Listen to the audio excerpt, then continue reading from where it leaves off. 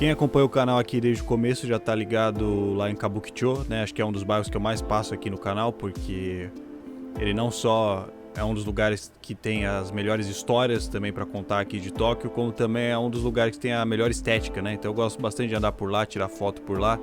Então quem acompanha aqui o canal desde o começo já tá cansado de ver a região de Kabukicho e escutar as histórias de lá, né? Mas, como nunca é demais, né? E tem muita gente que chegou no meu canal depois do começo, né? Que era aquela época que eu falava mais sobre esses assuntos de Yakuza, de máfia, né? Essas coisas. Então tem gente que acabou não pegando essa parte e não sabe, né, sobre as tretas que a gente já falou. Então eu vou fazer um vídeo dessa vez, vai ser tipo um compilado, assim, de todas as tretas de Kabukicho, tá ligado? Todas as histórias que tem pra contar sobre aquele bairro. Enquanto isso eu vou andando por lá, na chuva, de noite. Como são assuntos interessantes, né, acho que também nunca é demais, sempre tem alguma coisa nova pra acrescentar. As imagens são sempre muito bonitas, né? E pra quem chegou no meio do caminho aí no canal, provavelmente vai ter muita coisa interessante, muita coisa nova aí pra saber sobre essa região de Tóquio, que é a região com a maior atividade da Yakuza, né? A maior atividade da máfia aqui em todo o Japão. E é isso, mano. Vamos andar lá, vamos lá.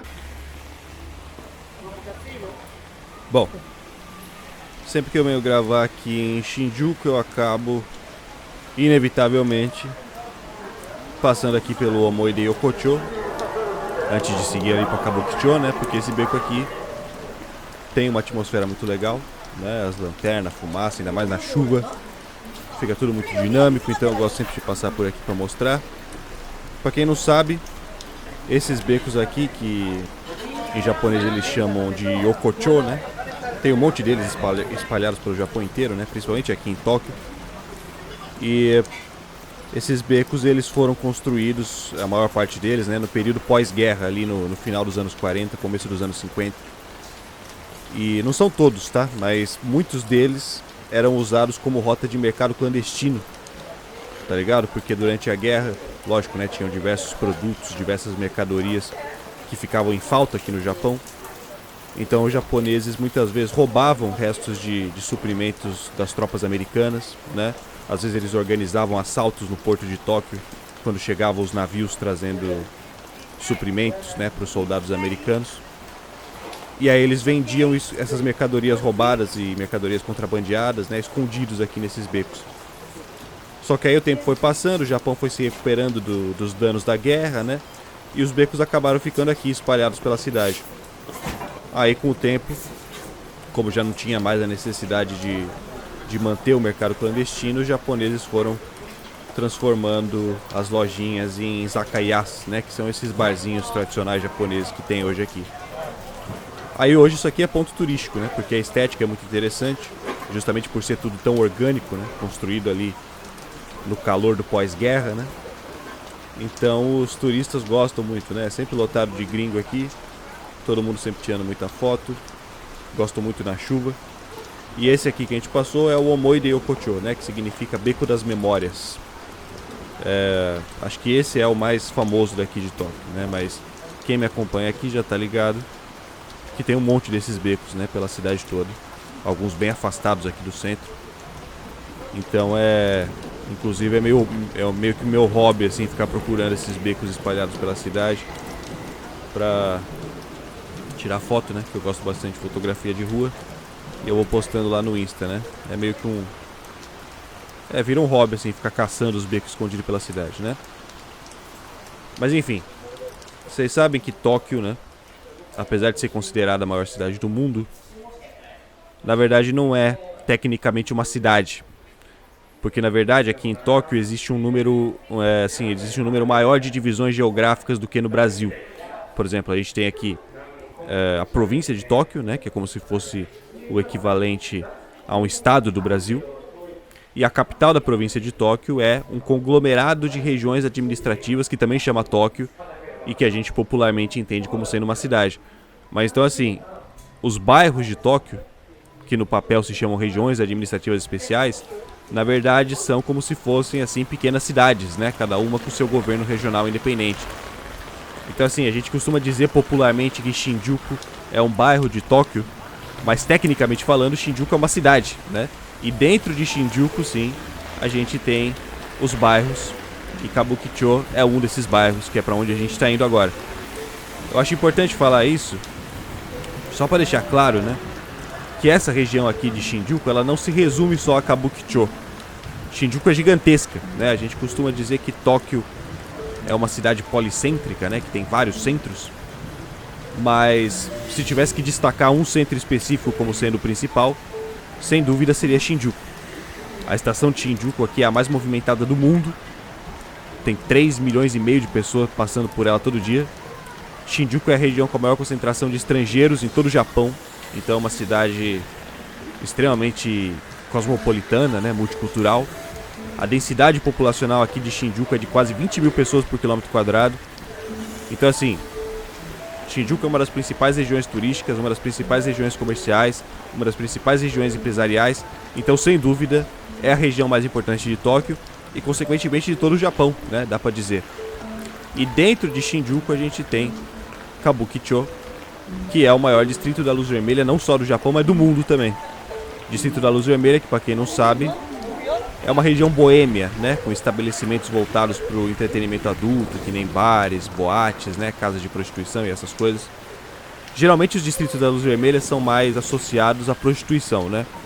Só que como prostituição é crime no Japão, os estabelecimentos que se envolvem nesse ramo aqui, né, geralmente são gerenciados pela Yakuza, né, a máfia japonesa. E isso acaba fazendo com que Kabukicho seja a região de Tóquio que tem a maior atividade da Yakuza, né? A maior presença da máfia. Então, consequentemente, Kabukicho é considerada a região mais perigosa de Tóquio. É claro que, né, como a gente sempre fala aqui, o pessoal que acompanha já sabe, o conceito de perigo no Japão é completamente diferente do conceito de perigo no Brasil, né? O bairro mais perigoso de Tóquio, no caso, ainda é um ponto turístico. A estátua do Godzilla, né, que fica em cima do hotel ali, no Hotel Gracie, ali no centro de Kabukicho, né? Fica aqui, né, no bairro mais perigoso. Então assim, esse bairro ele tem a fama de ser a região mais perigosa porque de fato é, né? Os índices de criminalidade são mais altos nessa região. Mas isso não quer dizer muita coisa numa cidade que nem Tóquio, né? Num país que nem o Japão, que tem as taxas de criminalidade tão baixas, né? Mesmo o bairro mais perigoso ainda tem taxas muito baixas comparado com outros países e tudo mais, né? E ainda por cima assim, né? A maior parte dos crimes que acontecem aqui geralmente acontecem entre os próprios membros de gangue, disputando território, né? Ou coisas desse tipo, assim, né? Ou pessoas bêbadas, às vezes, que saem da balada e arranjam confusão na rua de madrugada, né? Tem muito crime de extorsão também, né? Que acontece dentro das casas noturnas. Mas não existe, assim, por exemplo, a chance de você ser assaltado na rua, esse tipo de coisa, né? É um perigo diferente, mais associado, assim, ao submundo do crime, né? Dificilmente uma pessoa comum que não tem associação nenhuma com alguma organização criminosa, dificilmente uma pessoa comum teria algum problema andando por aqui, né? O único perigo que as pessoas comuns têm que tomar cuidado, principalmente os turistas nessa região, é com um golpe que eles chamam de botakuri, né? O pessoal que acompanha já tá ligado. Porque é muito comum, não só aqui em Kabukicho, mas em todos os bairros que tenham casas noturnas, né? De ficarem pessoas na rua que geralmente falam inglês muito bem, todo mundo muito simpático, todo mundo muito atencioso. E eles ficam chamando turistas para entrarem nas boates, prometendo um preço bacana e tal. E aí a pessoa aceita, vai lá, enche a cara, passa a noite toda no bagulho. E na hora de sair é surpreendida com uma conta gigantesca, né? Com um monte de taxas extras que ninguém tinha avisado no começo que teria, né? Com valores muito absurdos mesmo, assim, que chegam a $2.000, sabe? Às vezes até mais. E se a pessoa tenta contestar, os funcionários se fazem de bobo, todo mundo esquece como fala inglês, né? E se no fim a pessoa se recusa a pagar, eles ameaçam, eles não deixam você sair. E às vezes chegam até a agredir mesmo, né? E até por isso eles aplicam esse golpe especificamente em turistas, porque sem falar japonês, depois fica mais difícil de tentar buscar ajuda na polícia ou algo assim. Além da polícia muitas vezes também se recusar em se envolver nesses assuntos, porque eles tratam assim como se fosse um mal entendido, sabe? Você que não entendeu que não tinha as taxas, tá ligado? É um mal entendido entre o cliente e o estabelecimento, não é um crime, tá ligado? Então, o perigo para as pessoas normais nesse bairro aqui é basicamente o perigo de acabar caindo num golpe, né? Agora, se você for mulher, né, acontecem muitas tentativas de aliciamento nesses bairros também. Os caras ficam na rua, geralmente são japoneses jovens, e eles ficam de olho especificamente nas meninas, geralmente nas próprias japonesas, né? E aí eles grudam nelas, às vezes pra dar ideia mesmo, chavecar, né? Que é o que aqui eles chamam de nampa, que é esse ato de assédio, de ficar importunando as meninas na rua. Então é muito comum nesses bairros a gente ver as meninas fugindo, né? Elas apertam o passo pra sair de perto desses caras que ficam em cima delas, né? Mas às vezes acontece desses caras não estarem realmente só dando em cima das meninas. Às vezes eles querem realmente recrutar essas meninas para trabalharem nas casas noturnas, né? Às vezes nos host club, né? Nos snack bar, nos girls bar, que também tem muito por essas regiões. Que são estabelecimentos que aqui eles chamam de shakoin shokuten, né? Que são estabelecimentos sociais, que não são casas de prostituição, né? Esses restaurantes assim, esses lugares são bares ou restaurantes, né? Que a principal atração não é a comida, mas a socialização. Então você basicamente paga para uma acompanhante te fazer companhia enquanto você bebe, né? Conversar com você, em alguns casos pegar na tua mão, mas nada muito além disso, tá ligado? Os host club eles têm de mulher e têm de homem também, é bem comum e não é proibido igual a prostituição, até porque não é nada demais, né? Mas tem muitos turistas que acabam confundindo esses estabelecimentos sociais com casas de prostituição, porque as meninas que atendem nesses lugares geralmente se vestem com umas roupinhas mais sensuais, né? Elas ficam na rua segurando a plaquinha com o valor por hora do serviço, né? Mas a gigantesca maior parte das meninas que a gente vê por aí, né? Que ficam na rua segurando essas placas, não são prostitutas, né? Elas trabalham principalmente nesses bares. E o valor na placa é o valor da hora em que você pode ficar bebendo lá dentro, né? Porque você paga por hora e você fica lá aquele tempo específico lá dentro junto com elas, tá ligado? Agora, tem algumas mulheres que geralmente não são japonesas, principalmente chinesas, taiwanesas, muitas do sudeste asiático também, vietnamitas, filipinas, que são realmente prostitutas, né? E muitas delas são inclusive vítimas de tráfico humano, né? Elas são traficadas pra cá pra se prostituir.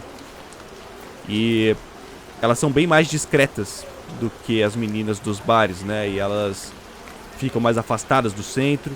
E elas geralmente abordam os homens oferecendo massagem, né? Não que não tenham casas de massagem também, que são realmente de massagem no Japão, mas nesses bairros aqui, nos distritos da Luz Vermelha, se uma mulher chega te oferecendo massagem, geralmente o pessoal já sabe que é prostituição.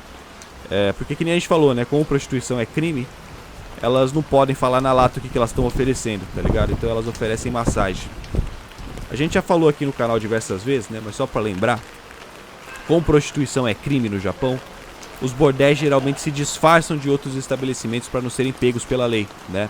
Lá em Osaka a gente tem o distrito de Tobinta-Shinchi, que eu já passei aqui no canal algumas vezes, em que os bordéis eles se disfarçam de restaurantes, né? E durante o atendimento o cliente e a garçonete se apaixonam e acabam casualmente tendo uma relação sexual ali mesmo no restaurante, né? No caso, o cliente paga pela refeição e não pela relação sexual, né?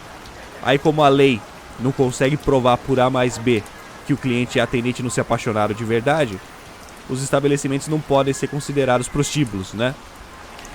Aqui em Tóquio esse tipo de estabelecimento não é tão comum. Aqui o que a gente mais tem são os soaplands, que são casas de banho, né? Onde o cliente paga para ser banhado, para receber uma massagem. Mas aí, claro, funciona como um puteiro normal, né?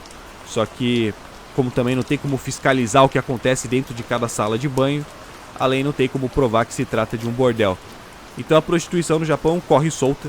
É um mercado que movimenta milhões todo ano, né? Mas os estabelecimentos funcionam por meio de brechas na lei, tá ligado? Não é legalizado, né? Agora, aqui em Kabukicho e também em Roppongi, né, que é outro distrito boêmio aqui de Tóquio, é bem comum da gente ver muitos africanos trabalhando nas ruas, né, chamando turistas para entrarem nas boates, na intenção de aplicar o golpe mesmo, né, aquele que a gente falou, o botakuri. A maior parte deles são nigerianos e ganeses.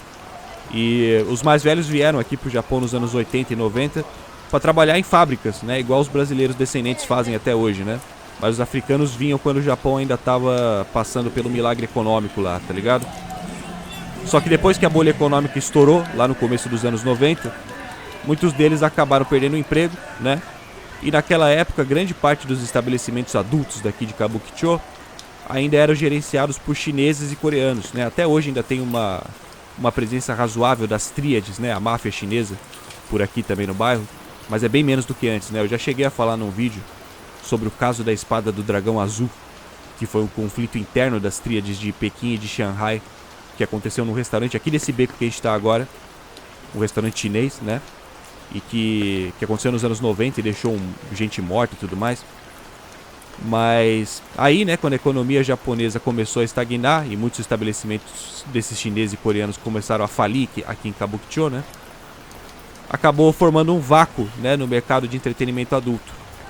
E aí os africanos, principalmente os nigerianos que estavam aqui no Japão desempregados e que tinham juntado um bom dinheiro trabalhando nas fábricas, eles viram a oportunidade de assumir o lugar deles, né? Então eles começaram a abrir várias casas noturnas aqui em Kabukicho. E até hoje, né, tem muitos africanos que são donos dessas casas noturnas. E hoje tem muitos africanos mais jovens que vêm aqui para o Japão com visto de estudante. E aí eles são contratados pelos conterrâneos deles para trabalhar aqui nas boates, né? Só que aí, claro, né, como o mercado da prostituição é geralmente dominado pela Yakuza, muitos desses africanos passaram a se envolver com a máfia para entrar no ramo da prostituição também, né? A Yakuza hoje em dia não atua mais na rua, né, igual era nos anos 60. Naquela época a Yakuza tinha tipo 200 mil membros, né? Hoje em dia eles têm ali algo em torno de 20 mil. Então hoje, né, esses membros que restaram da Yakuza, eles estão geralmente envolvidos com coisas grandes, né? Crimes de colarinho branco, com grandes empresas, até com o governo mesmo, né? Mas claro que eles ainda precisam de gente trabalhando na rua, né, para fazer esse aliciamento e tudo mais. Então muitas vezes esses africanos, eles trabalham no front, né? Eles dão a cara aqui na rua, eles não são membros da Yakuza, mas às vezes eles têm alguma relação com a máfia lá no topo da cadeia, né? E fora isso, hoje em dia, mesmo que não tenham associação com a máfia, já se formaram também algumas gangues independentes de africanos, né? Tem várias gangues do Sudeste Asiático que também atuam por aqui, filipinos, vietnamitas. Tem as tríades, né, que nem eu falei. Eu li uma vez recentemente, né, uma matéria que citava uma gangue grega que também vinha tentando competir no mercado aqui de Kabukicho. Fora outras gangues de japoneses mesmo, né, sem ser Yakuza. Então o mercado aqui é muito concorrido, o território é muito concorrido, o que acaba levando a muitas brigas de rua, né, que acontecem nessa região, que nem essa daqui, por exemplo.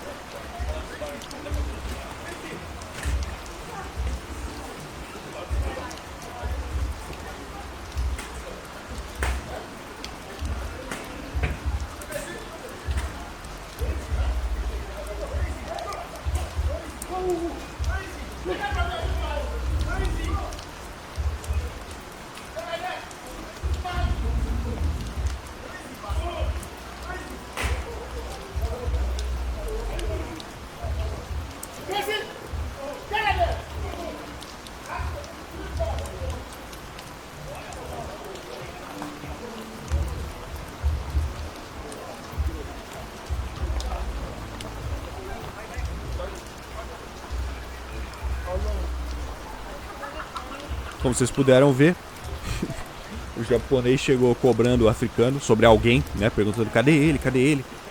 Ou os caras sumiram com algum parceiro dele, ou ele estava procurando por alguém específico, algum deles mesmo, né? Algum africano específico, não dá pra saber, né? Agora, vocês devem ter percebido que o japonês tinha várias tatuagens na perna, né? E aqui no Japão a gente tem o costume de associar tatuagem diretamente com a Yakuza, né? Até por isso que ainda tem tanto tabu, né, na sociedade japonesa em relação à tatuagem, né? Tem muitas academias, muitas praias, muitos onsen, né, aqui que tem placas pedindo muitas vezes para você cobrir as suas tatuagens antes de entrar, justamente porque tem muita associação com a máfia ainda, né? Agora, quem conhece um pouco, né, sobre a Yakuza, sabe que as tatuagens deles são tatuagens específicas, né? Eles geralmente têm tatuagens naquele estilo bodysuit, né, que é aquele estilo que cobre o corpo todo, como se fosse uma roupa. E são sempre tatuagens com desenhos, né, com traços orientais. Então assim, apesar desse japonês que tretou aí ter bastante tatuagem nas pernas, né, dava pra ver que claramente não eram as tatuagens tradicionais da Yakuza, né?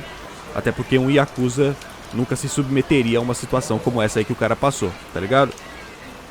Mas, que nem eu falei lá no começo, né, é até mais provável de imaginar, né, que os africanos trabalhem para a Yakuza em algum nível do que esse japonês aí tivesse alguma relação com a máfia nesse caso. Sabe que por muito tempo, né, como toda a criminalidade do Japão sempre foi associada à Yakuza, até hoje, né, toda vez que a gente pensa em crime no Japão, a gente logo pensa na Yakuza. A gente vê um japonês tatuado brigando na rua, a gente já pensa que ele é da Yakuza. E acontece que o governo japonês fez essa mesma associação no passado. Como quase todas as atividades criminosas do Japão tinham sempre alguma associação com a Yakuza, lá para os anos 90, o governo japonês começou um esforço muito grande para tentar desestabilizar a máfia, até por pressão internacional também, né? O problema é que o esforço para acabar com a máfia algumas vezes foi maior do que o esforço para acabar com o crime em si, o que acabou produzindo algumas leis especificamente feitas contra a Yakuza e não necessariamente contra o crime que eles cometiam, tá ligado? Então, conforme a Yakuza foi saindo das ruas, outras gangues foram se formando no vácuo das leis anti-Yakuza, porque a atividade em si não foi penalizada, tá ligado? Então, se você não for da Yakuza, você pode continuar fazendo o que eles faziam, como se as leis novas não existissem, tá ligado? E aí nisso se formaram as gangues Hangure, né, que na tradução direta significa algo assim como meio cinza, justamente porque essas gangues elas atuam numa área cinzenta da lei, né? Elas cometem crimes graves, mas como eles não são da Yakuza, muitas vezes eles conseguem passar quase ilesos, né, com punições bem tranquilas. É mais ou menos igual a situação da prostituição, né? O crime no Japão, ele funciona quase que inteiramente por meio dessas brechas na lei. E uma das principais características dos membros dessas gangues Hangure são as tatuagens que eles têm, né? São tatuagens diferentes da Yakuza, porque eles seguem mais o estilo ocidental, né? Alguns têm umas tatuagens muito parecidas com as do cartel mexicano, por exemplo. Então, se fosse para arriscar, eu imagino que seria mais plausível dizer que esse japonês que tretou aí seja de alguma dessas gangues Hangure do que da Yakuza, né? As gangues Hangure, obviamente, não chegam nem perto de serem organizadas igual a Yakuza, nem como os Bosozoku lá, que são aquelas gangues de motoqueiros que também são famosas aqui no Japão. Mas como os Hangure atuam no vácuo das leis anti-Yakuza, eles acabam se sentindo mais à vontade para serem agressivos em público, né? Porque mesmo que eles sejam presos, o simples fato deles não poderem ser associados com a máfia já livra eles das leis anti-Yakuza e a pena acaba sendo bem mais branda, né? Então, grande parte dos crimes mais violentos que acontecem na rua hoje em dia aqui em Tóquio são geralmente com essas gangues Hangure. Eles também se envolvem muito em crimes cibernéticos, né? Que é uma coisa que a Yakuza não fazia tanto, até porque na época deles não era tanto uma possibilidade, né? Mas hoje em dia acontecem muitos golpes, ainda mais porque a população japonesa é muito idosa, né? 30% da população japonesa é idosa. Então essas gangues Hangure têm diversos esquemas, assim, iguais esses que a gente está acostumado no Brasil também, de ficar ligando para os idosos, se passando pelos filhos ou pelos netos deles, né? E dizendo que precisam de ajuda com dinheiro, né? Que sofreram um acidente, coisas assim. Então,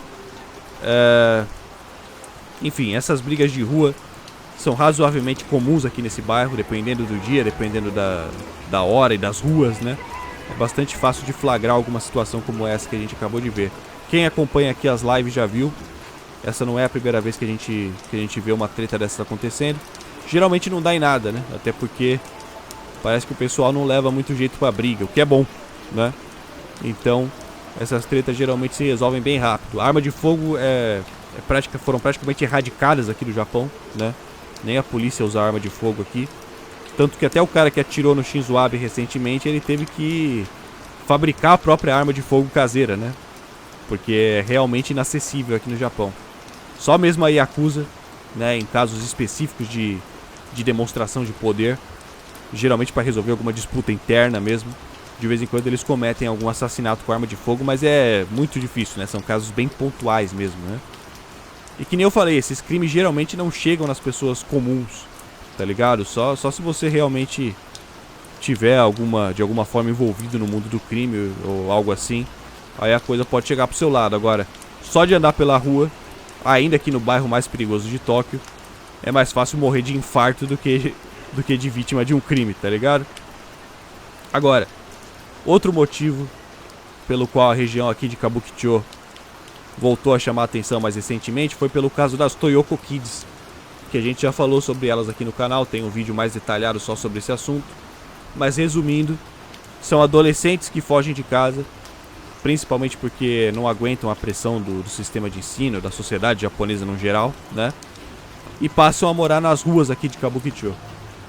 Esse movimento ele foi muito impulsionado pelas redes sociais alguns anos atrás, porque a molecada fica postando dia a dia morando aqui na rua, fazendo bagunça, bebendo, e aí acaba passando uma imagem enganosa, né? Acaba romantizando a vida na rua, como se fosse fácil, né? Como se fosse legal. e acaba induzindo outros adolescentes a virem pra cá pra se juntar a eles, né?